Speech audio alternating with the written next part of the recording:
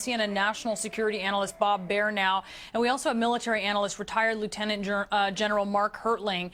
Bob, how concerned are you about more of this throughout the region? You know, it's not the demonstrations, Brianna. It's touching off a conflict between Iran and Saudi Arabia. We've been close for about a year now with the war in Yemen, with Iraq, as well as Syria. I mean, it's hard for most people to understand how close we are to a general conflict between these two countries, and this is what concerns me.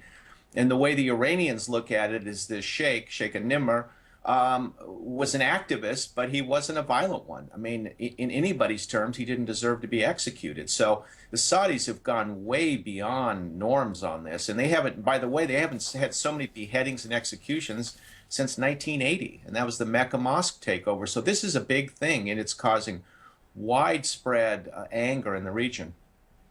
And another thing I think to note, General Hertling, is the reaction from the United States expressing some concern.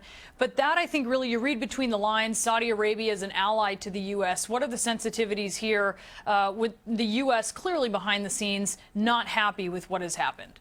Yeah, well, a couple of things, Brianna. What I'd suggest is it's not only just the reaction to Nimr al-Nimr being executed, but it is the execution of 47 prisoners in 12 different locations today in one fell swoop. And this is over 150 that the Saudis have executed using Sharia law. And it ranges, I think we have to put it in perspective. The Saudis will say, hey, we're doing part of what this is all about is attributed to our laws, and the people they executed today ranged in drug trafficking all the way up to insurrection.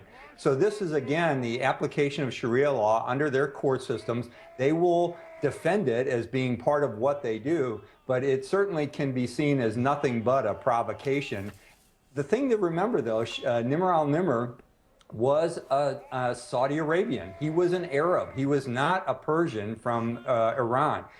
He was trying to instill a little provocation in the eastern provinces where a lot of Shia live in Saudi Arabia. So he was, I mean, I hate to use this example, but he was the equivalent of Martin Luther King trying to get the people, the Shia in Saudi Arabia, to rise up and get representation. It was a violation against the Saudi house, and they saw it as a provocation and insurrection. So that's why he was killed. He was arrested several years ago and sentenced to death, and there were a lot of people that said he wouldn't be executed, but he was. And I think you're seeing the reaction not only in Iran, but there has already been condemnation in Lebanon and Iraq, and it certainly comes at a horrible time given some of the other, as Bob said, some of the other fights going on in the region right now.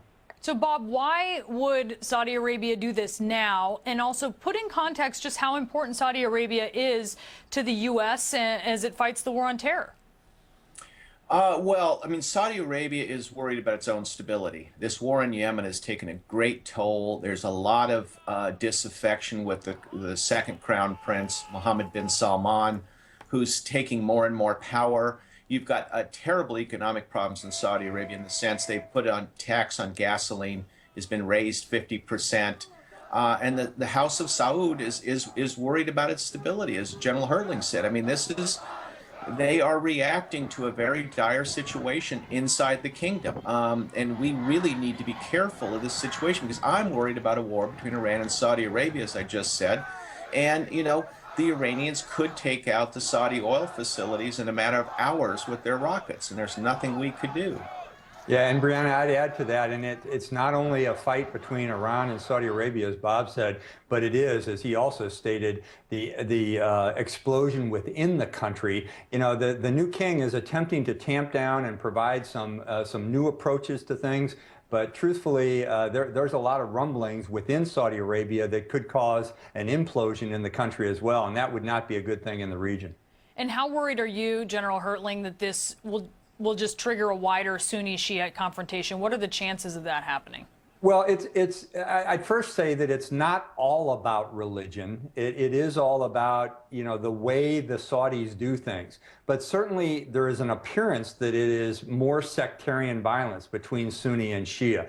That's the appearance. But this is really the House of Saud, as Bob said, trying to tamp down insurrection within their country, trying to keep things under control when economic difficulties, when oil prices and the price of a barrel of oil is significantly lowered, and they are having some challenges. They are being challenged on the outside, not only by Iran, but by Russia and others. So yeah, this is traumatic, and it's somewhat reminiscent of what happened prior to World War I, where a lot of seemingly small things contributed to a much larger conflict. We're seeing this all over the Middle East now. And we're looking now at pictures from Kashmir, where this is really the concern, Bob, that this could spread to other places. We saw this in Kashmir. Do you think that we will see this in the coming days in other countries? I think 2016 is going to be a tough year, as General Hertling said. I think the chances of a general war occurring in the region are pretty good, which could draw in Russia, the United States. I know this sounds, like the sky's falling, but it is a very dangerous situation, and it's not getting better. And none of these wars are coming to a quick conclusion. And, getting drawn into this could happen in spite of our best interests. All right, Bob Baer, General Hertling, thank you, gentlemen, so much.